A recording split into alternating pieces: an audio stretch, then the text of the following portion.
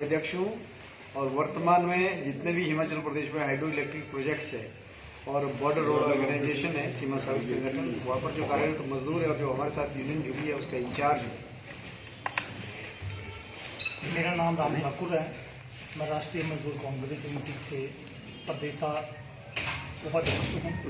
और जो ये हमारे हाइड्रो पावर प्रोजेक्ट है, जैसे कि हमारे कुलीट हाइड्रो पावर प्रोजेक्ट है, चंबा मेडिकल कॉलेज है, जो अपना चिट्टू है, ये हमारे अंदर आता है और इसके ऊपर हम काम करते हैं। मजदूर कांग्रेस, राष्ट्रीय मजदूर कांग्रेस। जी शुरू करते हैं। आगे अमर जाला वाले भी आगे। सबसे पहले मैं अपना मीडिया भाइयों का यहाँ पहुँचने का मैंने सबसे पहले इनका स्वागतम करता हूँ। जो आज हमारी राज्य कार्यकारिणी की जो आज पहली कॉन्फ्रेंस है, जो आज हम करने जा रहे हैं, जो हमारे हाइड्रो पावर प्रोजेक्ट में जो आज हमारे प्रोजेक्टों में जो धांधली हो रही है, ईपीएफ से लेके अपना एचआरए से लेके जो भी आज उसके माध्यम से हमारे ऊपर से राज्य की कार्यकारिणी का हमें आदेश है कि आप पूरे प्रोजेक्टों में विजिट करें और उसमें जो जो भी हमारे वर्करों की समस्या हैं उनके ऊपर आप कार्रवाई करें। और आज हमारे श्री बिहारी लाल सिरोगी जी आज हमारे डिस्ट्रिक्ट चंबा में पहुंचे हैं और प्रोजेक्टों में भी हमने दौरा किया है और उसके बाद जो भी बात है वो आपको हमारे बिहारी लाल सिरोगी जी बताएंगे। जी, आज की प्रेस कॉन्फ्रेंस हमारी दो बातों के लिए है। एक तो केंद्रीय ट्रेड यूनियन फोरम जो है, जो 10 बड़ी केंद्रीय ट्रेड यूनियन है, जिसमें इंटेक है, एचएमएस है, एटेक है, सेवा है, सीटू है, ये सब 16 तारीख को राष्ट्रीय हड़ताल में जा रही है। और हमारे साथ जो संयुक्त किसान मोर्चा है, जो 3 कृषि कानून रिपील किए है मोदी सरकार ने, उसके बाद जो एमएसपी का प्रॉमिस किया था, अभी तक एमएसपी उन्होंने इंट्रोड्यूस नहीं किया, उसको बात को लेके, और जो anti worker, anti farmer, anti national जो पॉलिसीज है उसके खिलाफ हम 16 तारीख को स्ट्राइक में जा रहे हैं। तो हमारा जो मजदूरों का, कर्मचारियों का जो बड़ा इशू है वो है कि न्यूनतम वेतन इस देश में 26,000 रुपया पर मंथ होना चाहिए मजदूरों का। दूसरा, जो नरेगा में मजदूर काम करता है उसका 200 दिन का साल में काम मिलना चाहिए और न्यूनतम वेतन का 600 रुपया होना चाहिए। ओल्ड पेंशन स्कीम यूनिलेटरली सारे देश में लागू होनी चाहिए और जो फिक्स टर्म है, कुछ समय के लिए रोजगार पर रखते हैं, वो खत्म करके कॉन्ट्रेक्चुअल जॉब जो मिलती है, चाहे हमारे हाइड्रो प्रोजेक्ट्स में, हेल्थ में, एजुकेशन में, बाकी जगह वो पेरेनियल नेचर ऑफ जॉब है, 12 मासी काम है, उसको खत्म करके एवोल्यूशन करके उसको रेगुलर कर्मचारी वहां पर रखे और जो आउटसोर्स कर्मचारी या ठेका मजदूर इस देश और प्रदेश में काम कर रहा है उसके लिए एक पॉलिसी बनना चाहिए उनको रेगुलर करने के लिए। और जो न्यूनतम वेतन है वो पूरे देश में लागू होना चाहिए। श्रम कानून जो लाए हैं मोदी सरकार ने, 4 श्रम कोड लाए हैं, उनको रिपील कर दिया है। हम रिपील करने की हम डिमांड कर रहे हैं और जो पुराने श्रम कानून है वो मजदूर के पक्ष में उसमें संशोधन हो, उसके लिए हम लोग बात करें। और बिजली, एलआईसी, रेलवे, पोस्टल ये प्राइवेट ना करें, इसके लिए भी हमारा पूरे देश में हड़ताल पर जा रहे हैं।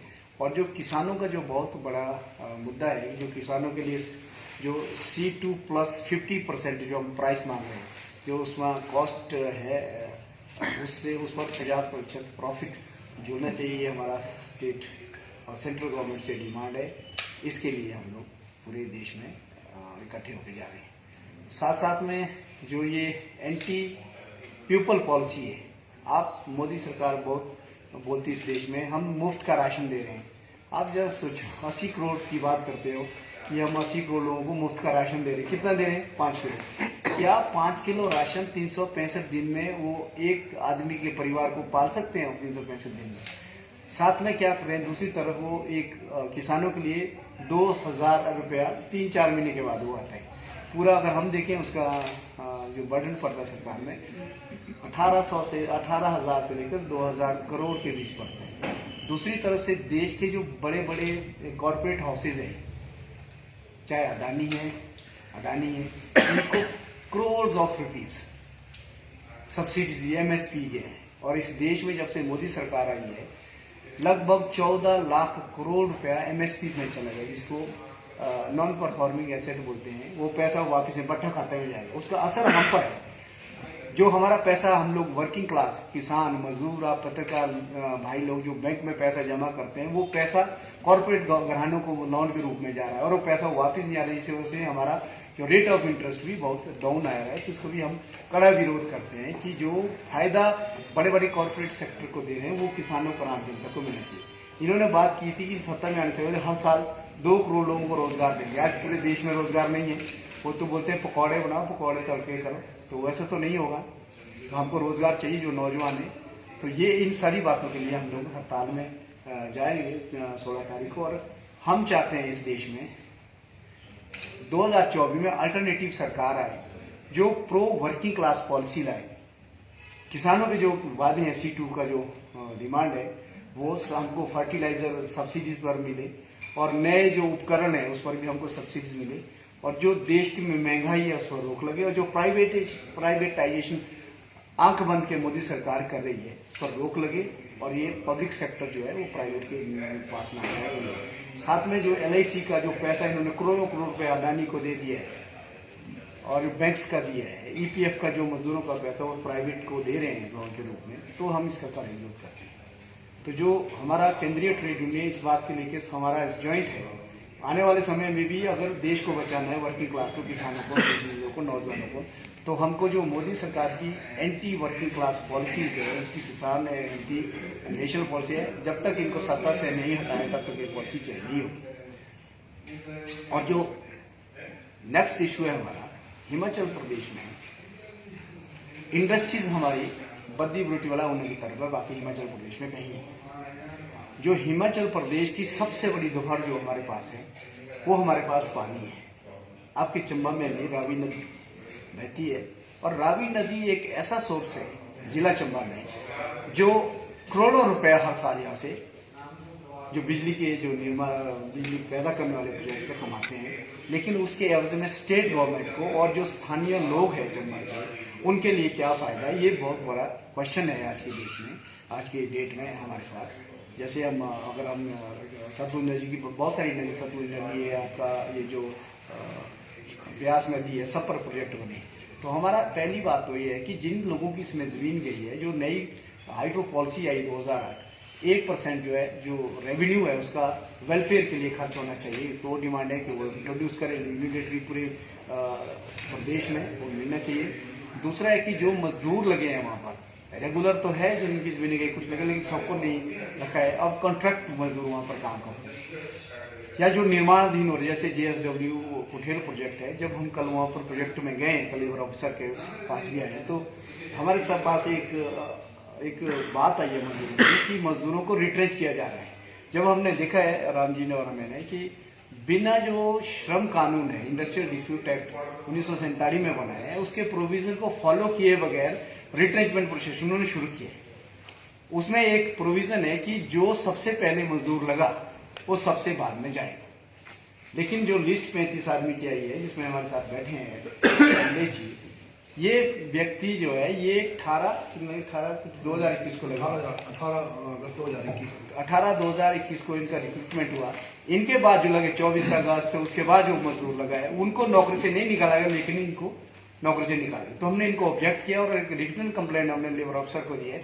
कल लेबर ऑफिसर की चिट्ठी आ गई है जिसमें उन्होंने डायरेक्शन किया है कि भी आप लोग जो है जब तक सीनियरिटी और जूनियरिटी लिस्ट नहीं बनी तब तक आप रिट्रेंचमेंट प्रोसेस में फॉलो नहीं करेंगे। एक प्रकार को स्टे लगा दिया। तो एक बहुत बड़ी मजदूरों के पक्ष की जीत है। हम चाहते हैं अगर मैनेजमेंट रिटेंच कर उसका प्रेरोगेटिव है, लेकिन without following the provision of law अगर रिट्रेंचमेंट करें then it will be violating.